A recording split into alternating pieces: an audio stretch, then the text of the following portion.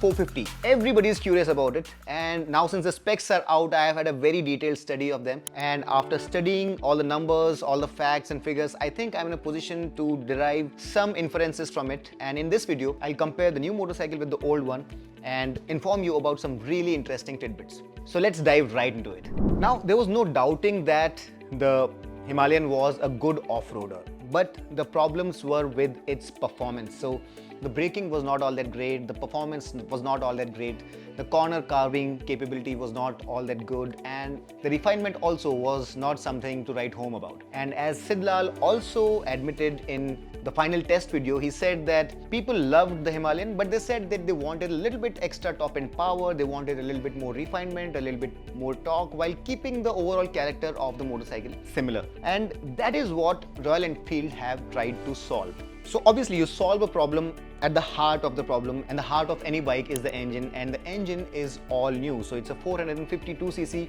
liquid cooled DOHC unit, and there is a lot of good to talk about engine. So we'll talk about the good, but it's not just all good. There are some bad aspects about the engine also.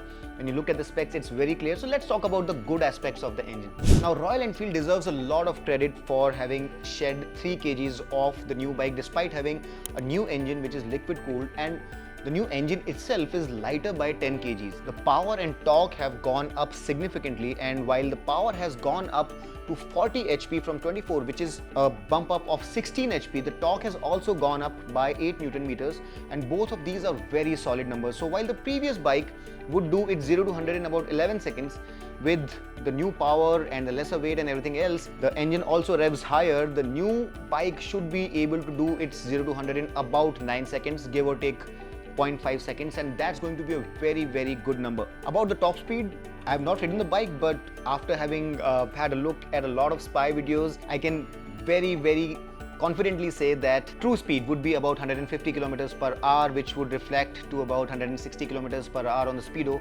And as compared to the 138 kilometers per hour top speed of the previous bike, that's a very healthy increase, and about 20-22 kilometers per hour of speed increment is really good. Take into account the acceleration improvement also, and it turns out that the new motorcycle will be significantly swifter on the road. Now, the 5-speed gearbox has also been chucked out in favor of a new 6-speeder unit, which means that the motorcycle will be able to stretch its legs much more easily on highways, and higher speeds will not be a problem for the new motorcycle at all. Now, the old bike also delivered a fuel efficiency of about 30 to 35 kmpl in the real world, and the ARA efficiency of the new motorcycle is 28.15 kmpl, and it's generally possible to derive more efficiency than the ARA number on the highways. And even if we consider 28 kmpl as the real world number, which I think would be possible, knowing that the new engine is liquid cooled and more efficient and whatnot, more modern as well, range would be about 450 kilometers upwards, which is fantastic, owing to the bigger 17 liters tank, which is an increment of 2 liters, and in terms of touring, you should not have any problem whatsoever. Now, the new motorcycle also has 2 modes, performance and eco, but it's not the power and torque that's changing there, it's just the throttle response. So I believe that the fuel efficiency will not be much different in the 2 modes, because if you're doing a certain speed, you're essentially burning the same amount of fuel, and the efficiency and the range of the bike in the 2 modes will be more or less the same, in my opinion. Now, considering that Sidlal used the word refinement so clearly, I'm pretty sure that the new engine is also going to be a lot more refined than the older bike, which wasn't very refined, and it's going to be evident in the reviews which are coming soon. But refinement is something that you can really look forward to. Also, if the experience with the new J series motorcycles is something to go by, I really believe that the refinement is something which is very important for Royal Enfield of late, and the new motorcycle will definitely be a lot more refined. Also, now the throttle is ride-by-wire, which means that the throttle response is going to be much crisper, and with the extended power delivery and more torque, the overtaking acceleration on the highways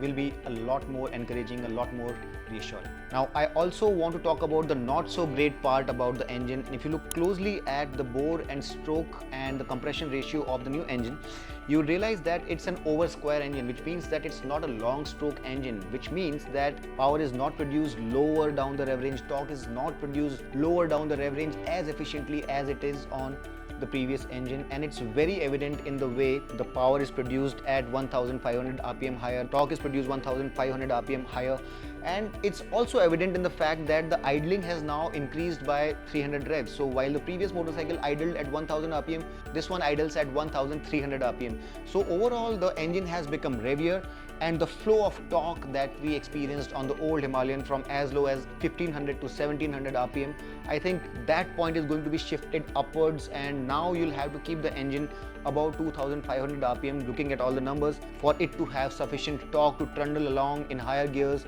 at low speeds.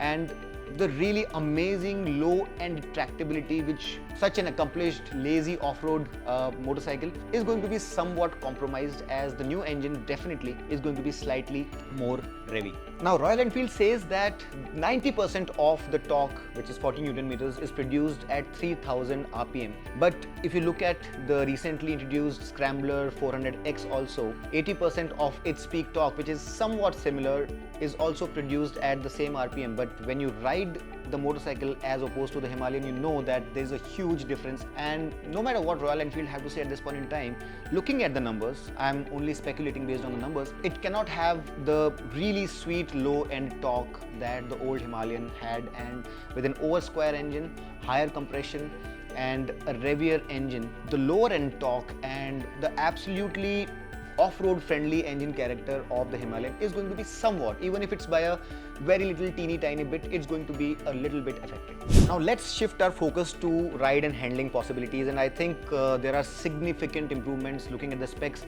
and the twin spar chassis is a significant improvement from the previous chassis, and it's definitely going to be sturdier, more solid. The first bikes of the previous Himalayan range were not very sturdy. Some of the chassis also broke, so I think all of that must have been duly taken care of, and this motorcycle's chassis is going to be much sturdier. The wheelbase is also longer by about 45 mm, and that should endow the motorcycle with better stability on the road while you're on the highway. The suspension has been upgraded significantly. Now you have 43 mm upside down forks, which are more stable, which are more road friendly, and have a travel of 200 mm, which is similar to the earlier one. Fantastic.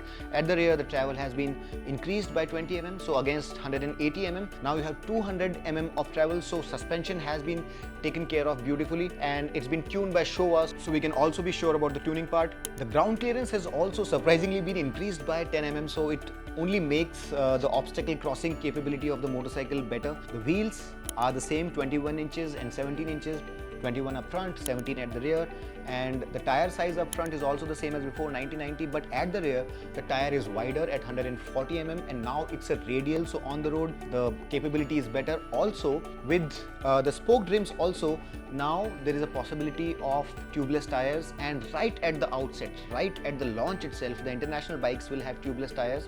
These are CEAT tires for India, but internationally they may be different tires which are going to be tubeless, and for India also tubeless tires as an option are going to be introduced on this motorcycle, which is going to be great news both in terms of the road holding capability of the motorcycle and also in terms of its mendability. So if you're going out in the wilderness and you get a puncture, it can be repaired more easily. Now the earlier bikes, rather uninspiring, and I would go on to say rather wooden brakes, have been fixed to a large extent, at least the specs suggest so. Now the front brake is 320 mm, and at the rear you have a 270 mm. Earlier you have 300 mm up front and 240 mm at the rear, and the braking should be fixed now because that was one big problem with the Himalayan, and the specs suggest that the braking should be fixed. Now dual channel ABS is also standard, and it's good news that it's switchable even now in both the modes, in performance as well as eco mode. In both the modes you can switch the rear ABS off, and that's really good if you want to have some fun while you're sliding the bike around off the road. Now about the seat height has gone up by 25 mm. So earlier bike had 800 mm of seat height, now it's 825. So while the previous bike was perfectly suitable for anyone who was above 5'5", 5'6", the new bike will be suitable for people who are 5'7", 5'8"-ish. But fret not, because there's a replacement seat available right off the shelf from Royal Enfield, and that seat height is 805 mm. And for both the seats, 805 mm and for the 825 mm, both the seats, you can adjust the seat by a height of 20 mm. So the 805 mm seat height will go up to 825, and 825 mm seat height will go up to 845. So you don't have to worry. The net increase has only been 5 mm, and even if you're a short rider, the new Royal Enfield should be suitable to you. So that was more or less an analysis of how the specifications may impact the performance of the motorcycle.